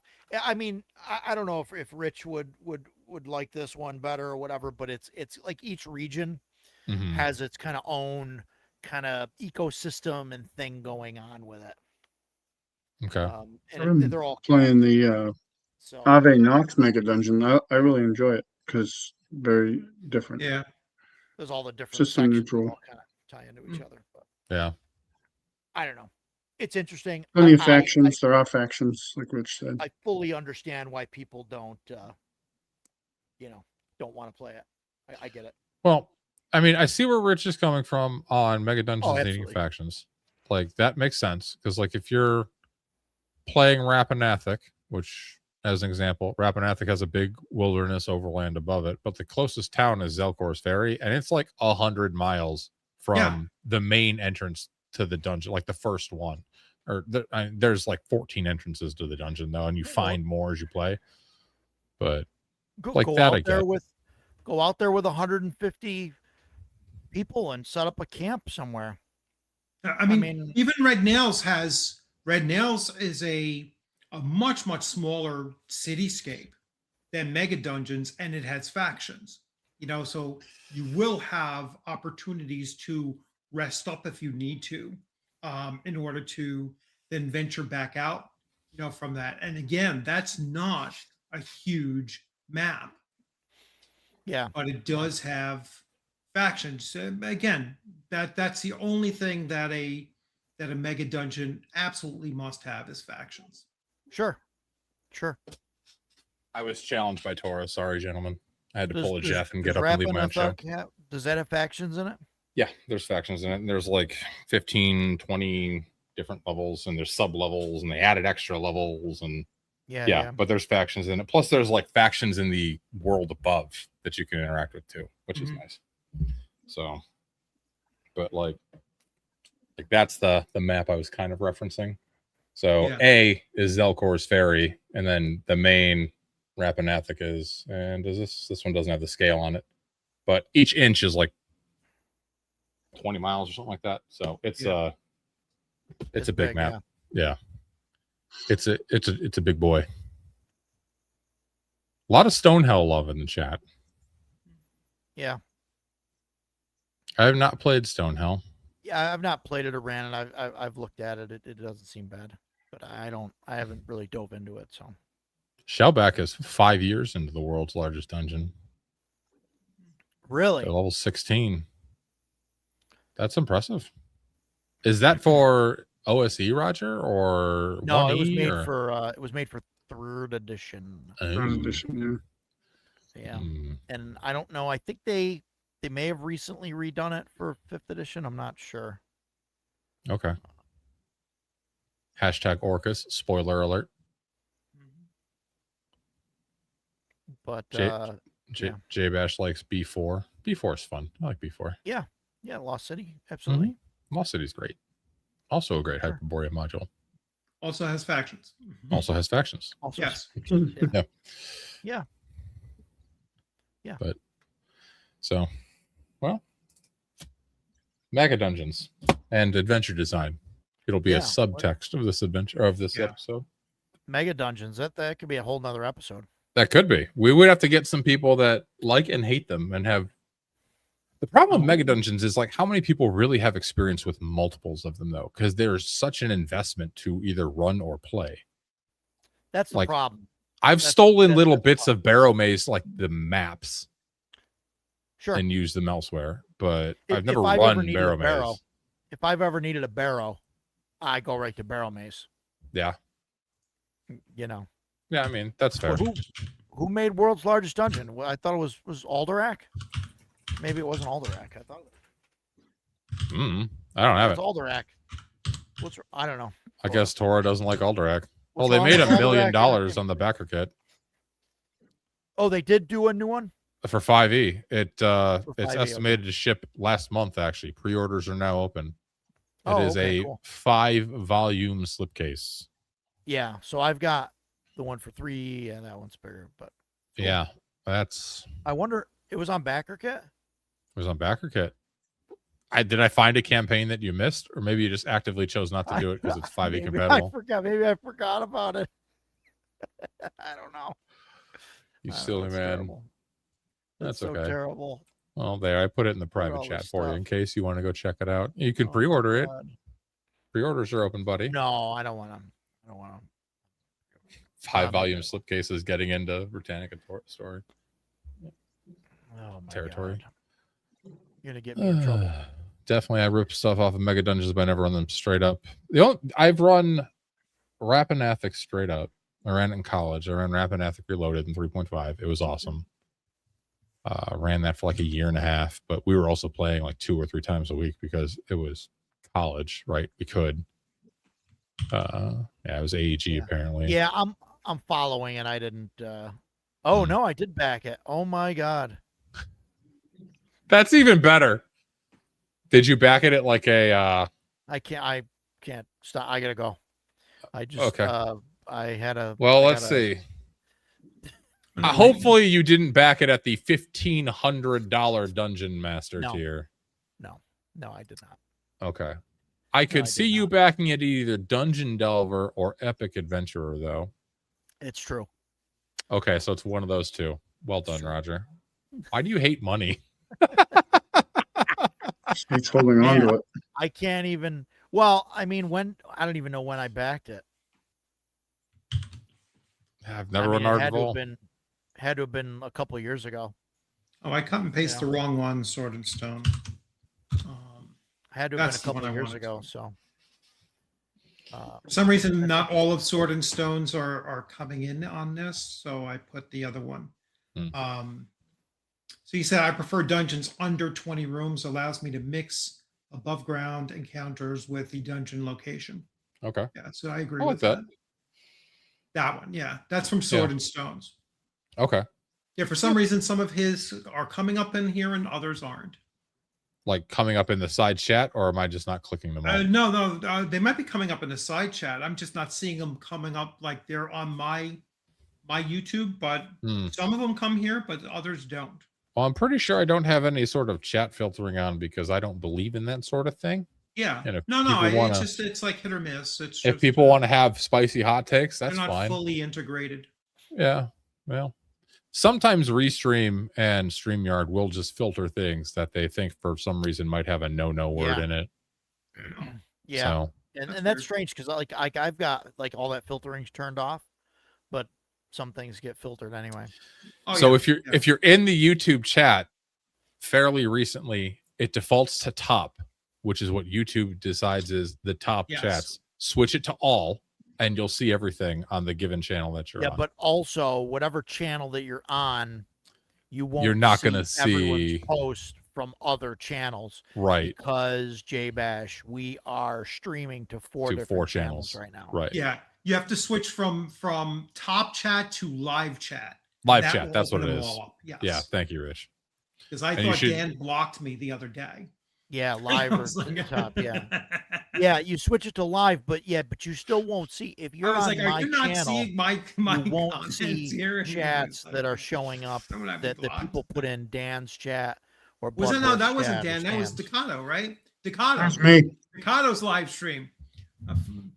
I conflated the two of you. So yeah, it was Decado's. We do both really like Hyperborea. I was like, Decado, aren't you seeing any of my things? And he was like, I'm asking other people in the thing. I was like, does anybody see my things? I thought he had me shadow banned. But shadow ban everybody. Yeah. I think Rich is used to being shadow banned on some channels. Yeah. Love you, Tora. I'm very used to being shadow banned. You can curse in whatever language you want, Deplorabus. I really don't give a damn. So, yeah, I don't really ban people. So, but anyway, enough about that. I think I have. You don't think you've banned anybody? I know I haven't. I don't think so. I have one. Like 4 people. 4 people because they were making nasty comments about my I'll play. buy new ones. And I was like, oh no, I'm not accepting that. Yeah, if someone was like being a dick to like God. one of my friends, then yeah. Yeah, George. There's something going on with Chave in the chat. Yeah, right. The live chat, if you're looking not on the screen, but if you're looking at whoever's YouTube channel, for example, George, if you're on my YouTube channel, you will not see chats for people that are talking in any of the other 3 channels. Right. On the YouTube, you'll only see them on the screen. Right. Because StreamYard in this case and Restream on my channel mixes all of those together. Right. Puts it on the screen, but it does not cast all those to each individual channel. Right. Like for instance, Tora, Deplorabus, Stephen Kennedy, J-Bash, those guys are on my channel. Stan is on Stan's channel, I'm sure, chatting. I think Swords and Stones is probably on Rich's channel and OSR Campsite. On mine. I just figured out how to chat into StreamYard, so yeah. Or whatever the hell we're using. It's super handy. You can't do that on Restream. Yeah. The host can, but the guest can't. Yeah, I mean, I don't have elfin hands. What is this, SteamYards that we're on? This is StreamYard, yeah. Yeah, StreamYard only lets you go to 2 different channels too, like 2 of your own. Enjoy your dinner, Robert Stanton. Yep. Hey, well, I only have one channel, Rich. I don't need to go to many No, channels. I'm saying it doesn't let you stream to multiple sites. Oh. Yeah. Like I stream to both X and and YouTube. But when I'm on StreamYard, no, not StreamYard, when I'm on the other one, Restream, I can go to Rumble. I can go to 3. Right. Yeah. You know, with those. You like streaming to Rumble, Rich? Is that worth it? I just been doing it, as a backup, and I got like 50 people following me over there, and I've earned like $10 over there, so I thought about. But it's a backup. It's like because YouTube is you never know what it's going to do. It could decide, hey, you've been around for 9 years, and You don't have Yeah. 5,000 subscribers yet, and fair. so either change or move on. I hit 200 today. That's why Oh, I got to get to congratulations. 500 or 1,000. By would be February better, but 1st, we by got to get you there. February. It's like February 7th or something or whatever the changeover. Yeah. No, first. Is it February 1st? I thought it was Yes, it like is. 6th or 7th or something. But yeah, Yeah. whatever it is. Yeah. I thought it was February That's, 1st, but all right. I think But I'm on yeah, track to possibly hit the watch hours. It'll be the subs that'll be difficult. Yeah. But- Oh yeah, me too. I'm at the watch hours. Oh, I'm sure you've been. Well, if Doing you the are Tuesday on stream my forever. channel as a subscriber, please subscribe to Dan, to Roger, and to Stan. Yes, please. All right. Roger and I have to get past Jeff. Yeah, All that's- It's important. Yeah, so please make sure you subscribe to everybody. I don't know how to do those freaking night bots or anything like that. I got to get a hold of Jeff to show me how to do the giveaways and all that kind of crap. Oh boy. YouTube Well- used to have a giveaway thing that was kind of easy to do, but it's not available on Restream. It was only able to do it when I was like not piggybacking off of somebody else's thing. That's the issue. Yeah. Yeah. I can show you how to use Nightbot if you want. That's easy. Nothing is easy for me, Dan. Oh, Not when it comes to these things. well, Nightbot isn't that bad. I Yeah. could walk you through it. I'd be happy to if you wanted. Yeah. As No, your I as your appreciate one and that. only Discord moderator, I feel like that's basically me being your version of Yes, senior yes. staff. and I banned that guy. Proud of you. That they them or whatever it was. I haven't had a channel very long, Steven. I basically just started on like Memorial Day. Yeah. So, Yeah, and he's been doing But- great. but people like Hyperborea, so Yes. and apparently I haven't turned them away with my shenanigans and tomfoolery. So, but my rise to YouTube dominance starts now. Mr. Beast, watch out. Yeah, I need a Hyperborea t-shirt. Hopefully Jeff is getting to work on those things. He did say he's working on a Yeah. t-shirt solution. The women's size small is great for Hey, one women. millionth I- of our population, but I bought Ducatos is Troll Den Painting. Stan, is your channel's the at Ducato 1628, correct? Yeah. Yeah. Yeah. Yeah. If you look that up or Troll Den Painting, you'll find Yeah. me. Yep, just put in Troll Den Painting. Also, I can just do this. Troll Den Painting, and I can put it in my chat because I'm a good host and I can do that. And I know can how do to that do without stuff getting- and things, and I can keep talking till it's in there. Bam! Go to Stan's channel. It's taking a second. you. There we go. You're welcome. Yeah, Stan I'm is trying to awesome. get- I got a little over 500, but That's cool. yeah, no, it's really I cool. I like your campaign like post session reports. I want to try to start doing that, but Thanks. yeah. It was funny to develop it was unattended. I just did them initially for myself because I didn't want to write them out, and then people started following them and commenting, and then talking to people. They're like, "Oh yeah, I share your videos just to show like people like different ways people Yeah. play Steve, games." you're on and everybody's stuff. I'm channel. like, awesome. Steve Kennedy's like, I'm on Stan's channel. He's No, everywhere. you're everywhere too. Yeah, he's a good That's dude. fine. Yeah, so no, it's been fun.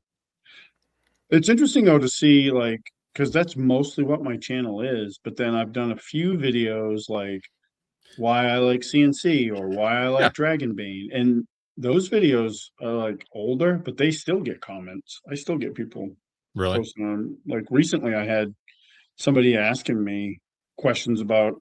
I don't remember which one it was on. Excuse me. Yeah, I still get comments on them, so that's kind of cool.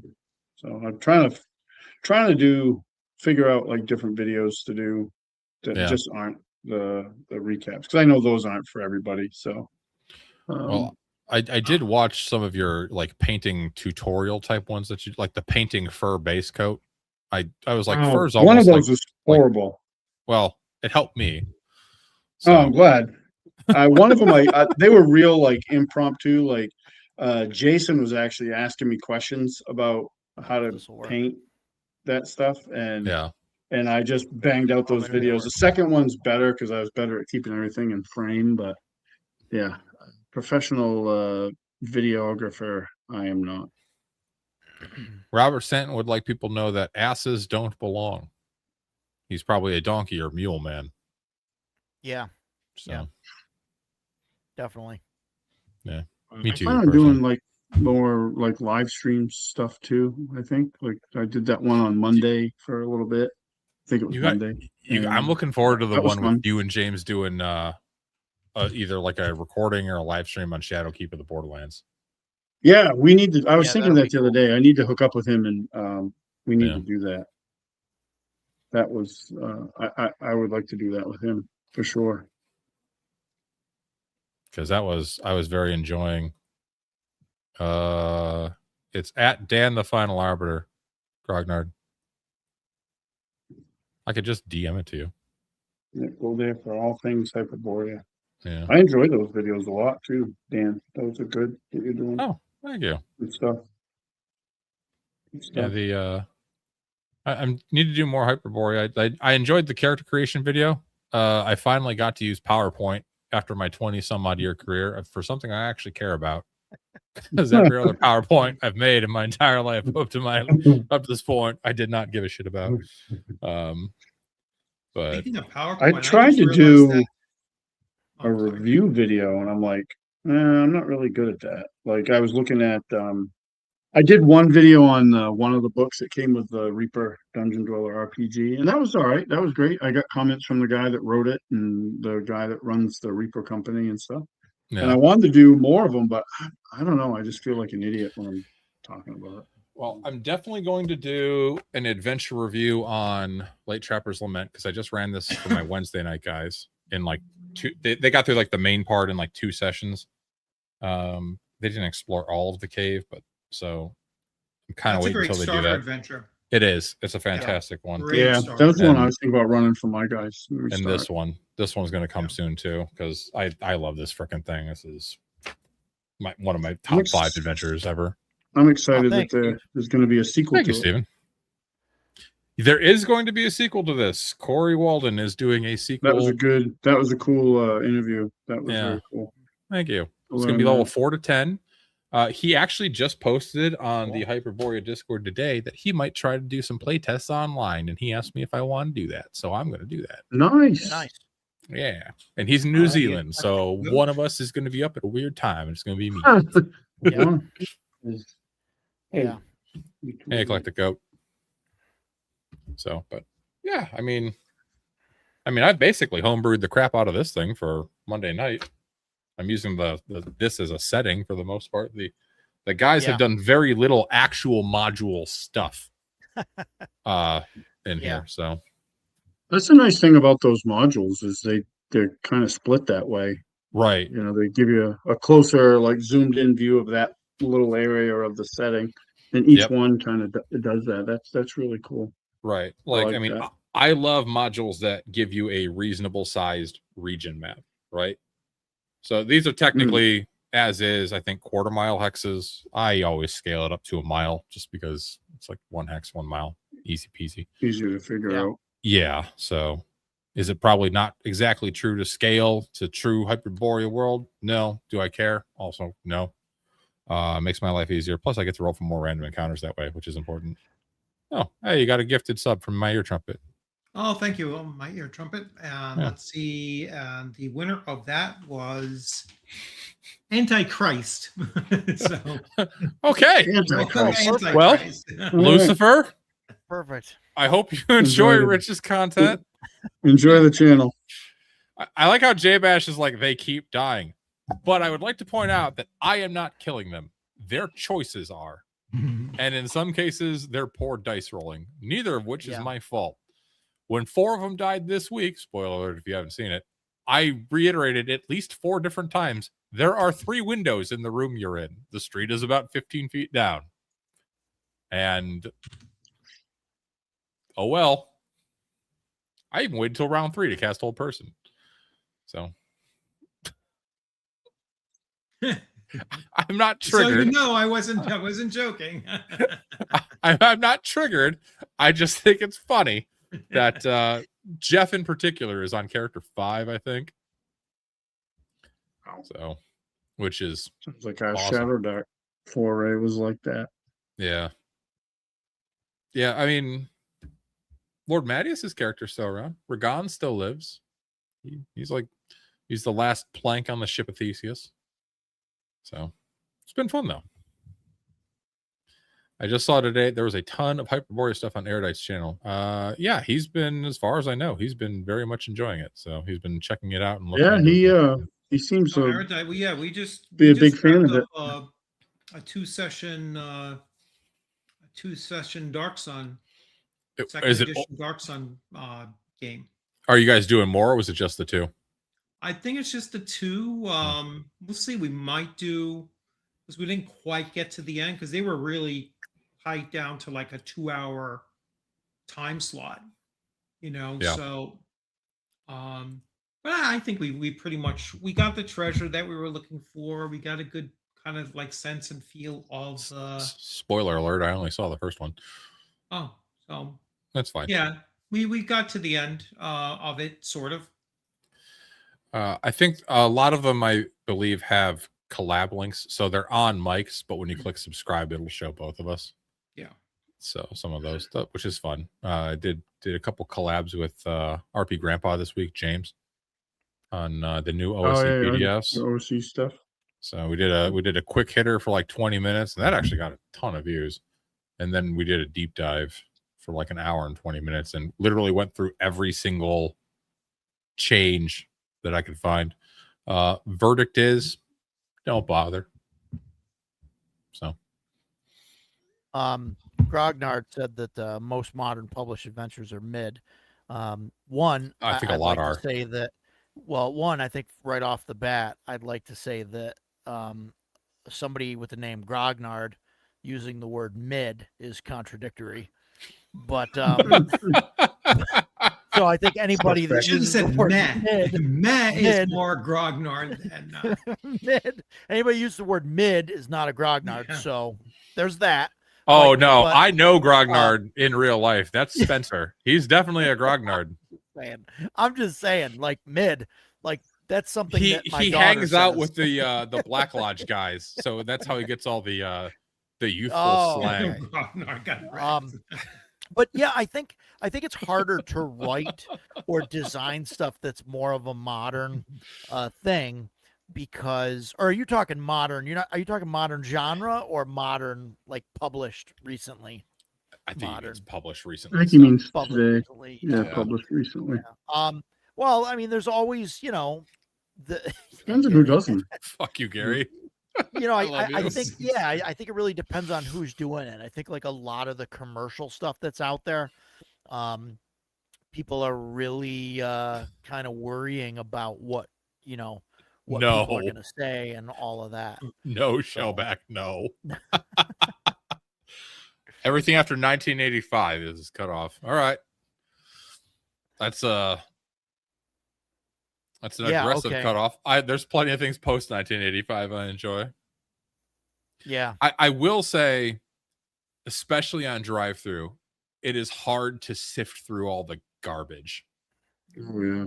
There's a lot. Well, there's just so much of it because it's so easy to publish stuff. Especially for Shadow Dark. Like, I mean, I like Shadow Dark, but there's just a lot of trash on and for OSE too. There's a lot of like, save it for next week. Okay, fine. I'll pivot. OSE. Yeah. There's a ton of like adventures and especially homebrew classes that suck ass on drive-through. But that's just because it's popular right now. Right. So people will make just junk or whatever. Yeah. To just same thing like what Jay Bash saying. Because it doesn't matter if you got a decent cover or a decent catch line, or whatever it is, right? Like people will jump on that and they'll just buy it. Especially if it's like $4.99 or something. Right. Like people will be like, "Oh yeah, sure, 20 custom classes for OSE, absolutely sure. I'll buy it," and even it doesn't matter if it's garbage or not, like they still get their $5, Apparently there's a lot of bad Dragonbane stuff. I haven't really gotten into much of the Dragonbane stuff and I like Dragonbane a lot. Yeah. On Drive-Thru RPG. There's a few Dragonbane creators that I like. So this I got off Yes. drive through. This is actually a really good adventure, my Yeah. opinion. I ran it for my guys. I have recaps for it. Did- They've written other stuff too. I don't Yeah. have that stuff, but this was really good. I've got a couple of their Dragonbane. things, and it looks awesome. Yeah. Yeah, I don't have nearly as much third-party Dragonbane stuff. I do have Shadows over Gloomshire, but that creator, Robin, also made the Caravan Secret, which I've read, but I haven't run. And his or her, I don't know, world setting is Amarath. Yep, I have that.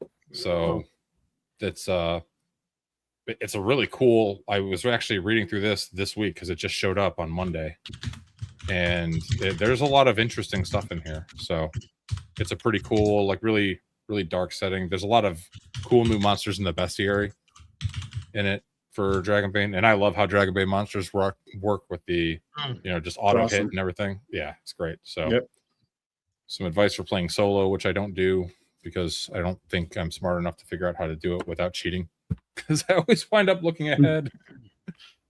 But no, the other one I get is when Dundergar puts out stuff. I'll back Dundergar stuff because I think his Yeah, I don't have any of that, but it looks really good. I'd like to get I've some of it. ran this one, Evil at the End of the Path. It's very good. It bugs me because the last time I checked, they were only PDFs, and I want the physical. There is a website where you can get them. I'll link it to you. Oh, thank you. Yeah, you can get physicals, but I love drive through the only has Dragonbane. the PDFs. Yeah.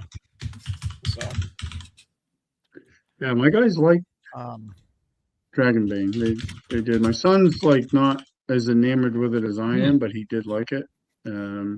Which is funny because like Shadow Dark was the opposite. Like that didn't really land with my group. My son didn't mind it, but he only played a couple sessions.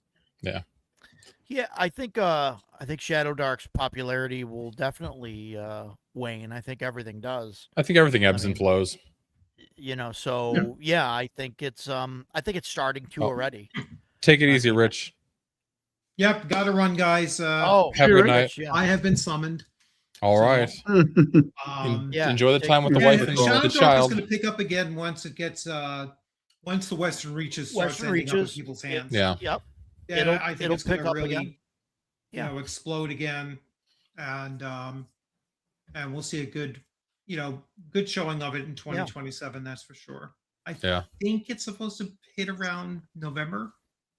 November, December, yeah. Yeah, we'll see. I'll believe it when I see it at this point. Agile Monk stuff is supposed to hit around November as well, or around there. So that's another one that I am going to spend a lot of time on. And I'm excited for that. And just a quick channel note. So I'm going into my next grouping of things on my shelf tour, and these ones are going to be pretty controversial. I'm sure that I will get an explosion of views and everything because on my shelf, the next running of it is oh my god, I'm not familiar with that. All right, so it should be a lot of fun dealing with that, and not full reviews, just the quick things, but I will link them back to my old reviews, which are some of the biggest. Why do you even? I don't even. Never mind. Why? Because I was told. I don't even know why you would never. I was told not to. Because you were told it was like the worst or possibly second worst. I was ever. told do not. I was told by the Pathfinder, official forums back in 2014.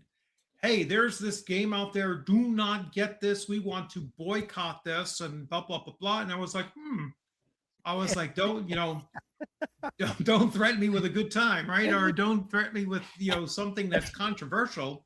So I looked and the into guy it. The guy that wrote it killed somebody and burned a church down. Yeah. Wait, it was $10. What? I knew nothing about the guy. I didn't know that he was in prison for murder. I didn't know that he was, some death metal rock god. He's probably made so much money off of this thing. Black metal. It's by that guy. I forget Yeah. his name, but I know So- who you're talking And about. they were like, "Oh, this thing is like blah blah blah." And it was $10. So I was like, "Hey, for $10, I would like to learn for myself." And I started reading through it, and I was like, "Yeah, I could see why they're looking at these various things." And yes, the first edition is very, very racist and blah blah blah. You know, especially like anti-Semitic and that kind of thing. Okay. We should but probably bring it back The to game adventures rules now. itself, though, I was like, hey, these are pretty decent rules, you know, and I could separate all that other nonsense, you know, the lore of it, and just look at the rules mechanics, and they were actually pretty solid rules mechanics, you know. Excuse so I me, was like, all Mrs. right, cool. Bloodworth. All right, Can you yeah, please come get him? yeah. So I was like, all right. I was fairly impressed with the rules, and then I started digging into it, and I was like, no, they're attacking him for his views or his, you know, his whatever, but I'm just looking at game mechanics. And the game mechanics are actually pretty darn solid mechanics. Not so much in the first edition, you know, the first edition, but that wasn't the edition I started with. I started with 2.4, you know, so second edition, the fourth iteration of that. And I was like, all right, this is, you know, pretty decent stuff. And I was the only channel that was covering this at all. I mean, everybody, I was like, you know, screw them all. I'm going to cover it anyway. You know, I have like 10,000 views on the first video breakdown I did on this thing. And so I was all right, cool. Then, so then I don't know how, like I was asking for rules clarifications because I found some bugs in it, you know, and I was like, no, this is broken. At this point, once you do this, you're going to have a broken character by 5th level. And so Mark Vickers responded to me, and he was like, all right, yeah. He says, you know what? I'm going to send you some stuff and look it over and see where it is. So he sent me the first edition book, you know, along with its map, and then he like a second edition, a third, sent me a whole bunch of crap, you know, and I'm like, hey, you know what? It's like, you know, 61 of 100 signed. I'm like, you know, Oh wow. I was like, hey, You know what? That's one thing I can honestly say. I don't have any like murder or paraphernalia that's signed, I think. so it's that like, you know of. That I know sometimes of. you have to separate the artist from the art, and you know, and just look at the art. Otherwise, there's a lot of Hollywood stars that I would not watch their shit. You know what I'm saying? It's like, but it is what it is. It's not a bad system. Yeah. You know, it's combat rules. I like. It's also not D&D based. It's more Rollmaster, Harn, and some of those others. So that maybe that's where those other mechanics come from. And I was like, no, these are pretty cool mechanics. I mean, there's like no critical hits table. It's just like if you hit, if your roll exceeds by increments of 3 above what you needed to, you do additional damage. So it kind of becomes like a de facto critical hit. And I'm like, oh, I like that rule. Well, you can tell us more about it on your shelf tour. Yeah. Yeah. Well, the shelf tour, I'm just going to be, this is it. And then I'll Oh. link back to the original. And so anyway, but anyhow, guys, I got to run. Yeah, My wife thanks, wants Rich. to See you, Rich. have coffee. Take care. So, All right, Get- you'll have a good one, guys. And let's Yep. see. I'll have to make sure that I end the stream on my end too, because last time I did this, I had DM James was running like for like 13 hours on my stream, and I was like, oh, Yeah. okay. All right. Anyway, you Yeah, guys have if a you- great one. I will. Maybe I'll see you on Tuesday, Roger, for your thing on Tuesday at 6 o'clock. Yeah, we got Grim Jim coming on. Yeah. Oh no, I'm not gonna Talk join. about So, but So maybe he'll see you I'll- next Tuesday, Roger. yeah, I'll see you the following. We'll- No, the following chat. Tuesday Yeah, I'm yeah. working, so I'm not Okay. gonna see you then either. yeah. All yeah. right. So screw you, Roger. Nice I'll to see meet you you. on Friday. Later, Rich. Have a good one. We'll talk. Have a yeah. good one. Thanks, Rich. So, I want to go back to something Grognard said like Yeah. 9 minutes ago, but apologies. But he said Free League can do no wrong. I've been hovering on this for a bit. He said Free League can do no wrong. yeah. I will. I just want to throw out there the Electric State Special Edition Core Rulebook. That's all. That's all I Was- wanted to say about that. Was it Yeah. was it bad? Well, I so got rid of it. So so yeah, it was bad. Tora did say Free League has embraced safety tools, which sucks. Yeah, but whatever. Like I mean, I don't know. I get it. I get some people I- don't like safety tools, I think but if they're they put a stupid. paragraph in the beginning of the book or whatever, like I mean, whatever. I don't know. I'm pretty Yeah. sure I know what this is in reference to, and I think it's a beautiful thing. Yeah. Electric State didn't sell that well because even I got a free PDF for them. Yeah, I didn't get Electric State. My Free League is Dragonbane. largely Forbidden Lands and Dragonbane. That's my Free Man, League footprint.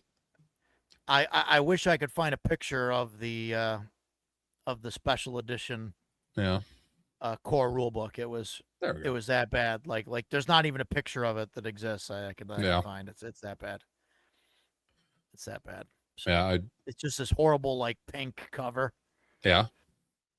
Yeah, just not. I didn't like it.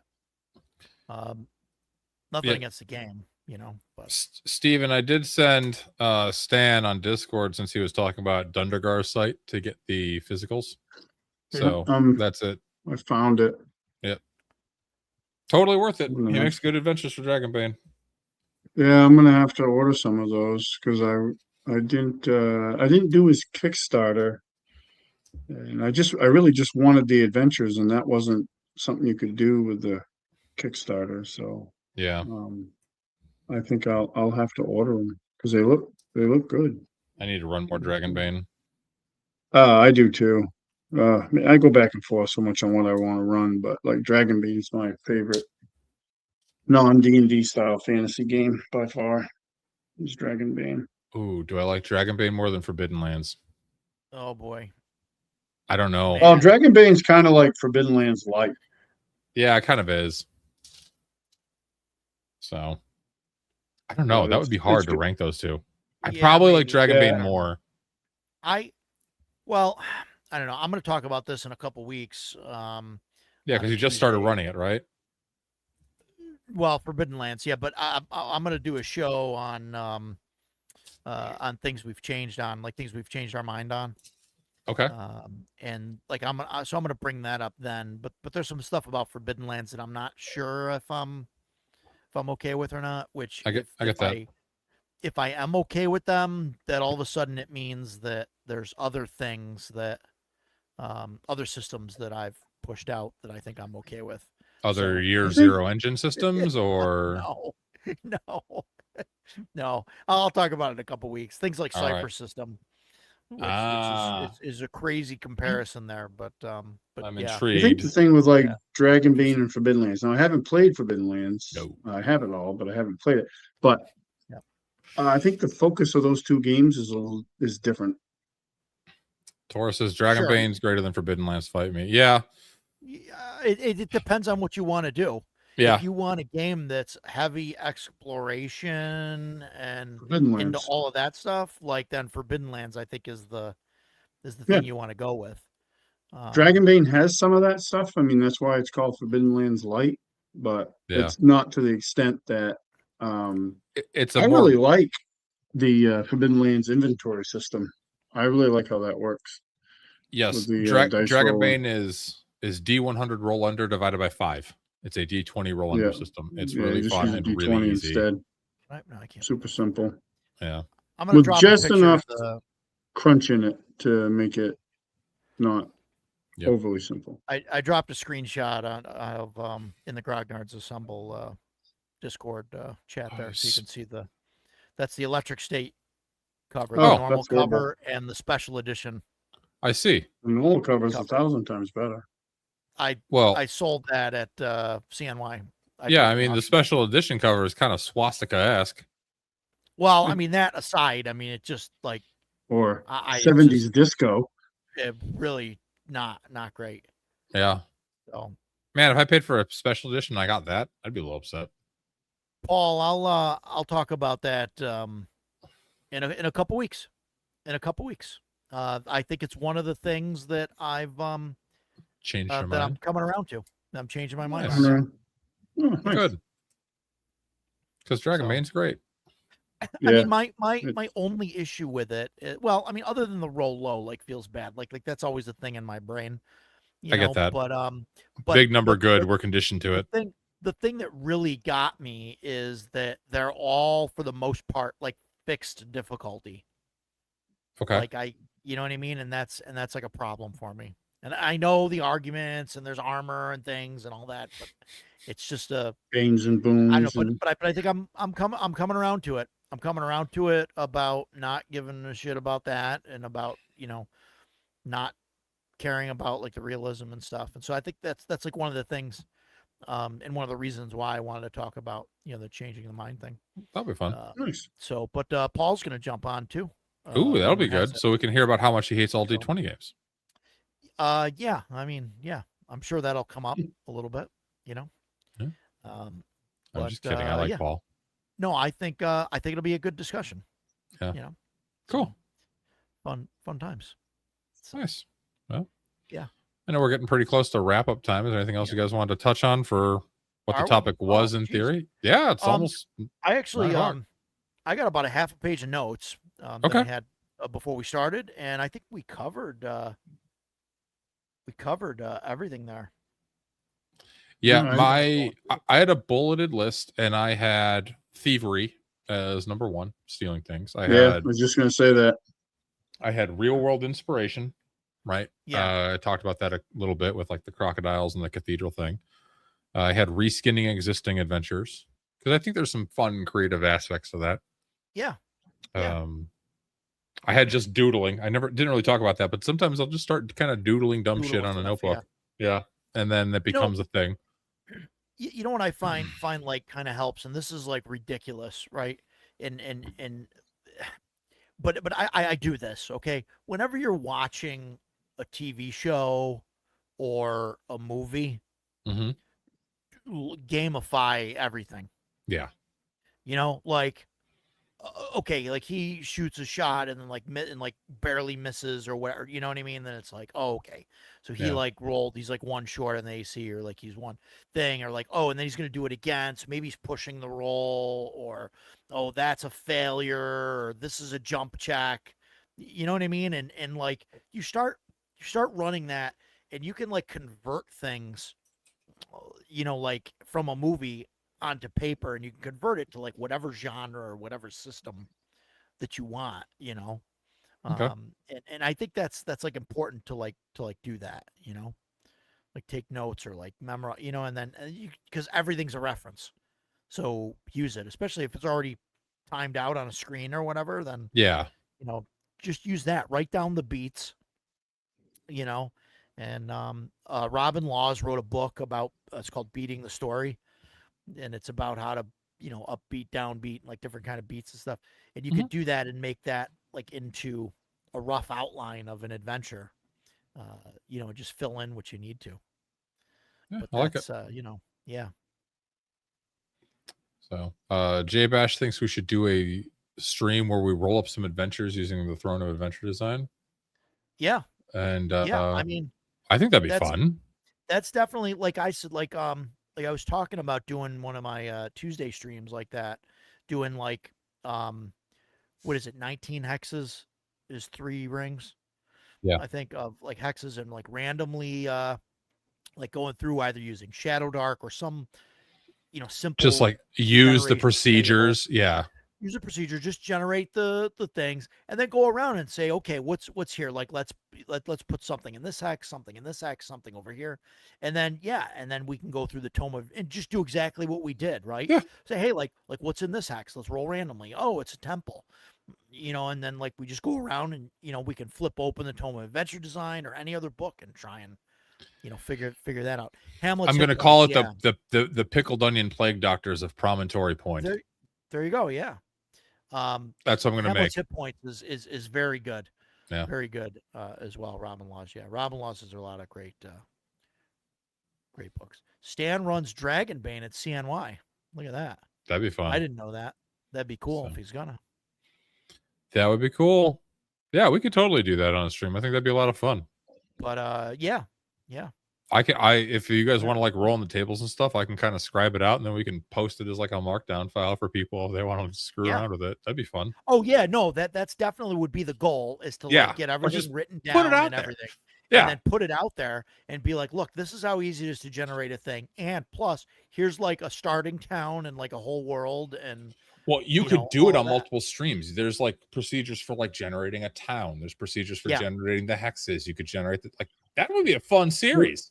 yeah, It would be Yeah. cool too to like hear back from people if they used it, you know, what they did and yeah. What did you guys do? And, What did you add to it? yeah, how did it Yeah. go? Get like What- play yeah, reports. how did you change it? Sell it on drive-through. Well, yeah, I mean, I would probably eventually, if it was done and it was like a handful of pages, I would put it on drive-through and just as a, as like a free download or whatever. Yeah. This is like a freebie. Just so people can get it, Thank you, J Bash. So, yeah, good stuff. Very cool. Somebody had a Good stuff. title there So, for it in the comments. Oh, are you talking about my title? Yeah, your title. I Yeah. saw was a title flash real quick. Yep. No, that's what I'm gonna call it. I like it. Yep. yeah, So, well, good stuff. gentlemen, thank you very much for joining me tonight. Yeah, As always, it was a thanks for pleasure. having me. Time. Stan, I love Thank having you on, bud. Thanks, man. Thanks I for having appreciate me. Well, what about me? Do you love having me on? I also love having you on. Mhm. You're like my Yes. brother from another mother, dude. it. I love it. So, I love it. but No, thank yeah, I you, think next week Ed is going to rejoin us, and the topic for next week was going to be all things Shadow Dark, because Ed Oh, is a Shadow Dark main, if you will. Shadow Dark main GM is his main system. So, and I know I've got opinions. Stan, if you want to join, you got opinions. Rich has opinions. Roger has opinions. I think it'll be a good time. Talk about Shadow Dark. Me have opinions? Yeah. On something? Yeah. No. So, thanks to Pluribus. Yeah, let's do it. So, anything else you guys want to close out with before we close down the stream? That's it. Appreciate Love it. everybody Hey, watching love and you the guys. support. Yeah, appreciate it. Play what Yeah, you want to play. Don't let play more anything- games. Don't let home brewing scare you. Just do it. Yes, agreed. Just do it. Play more games. So, thanks, you all. Have a great night. Just do it. Yeah. Take care, everybody. Bye, all.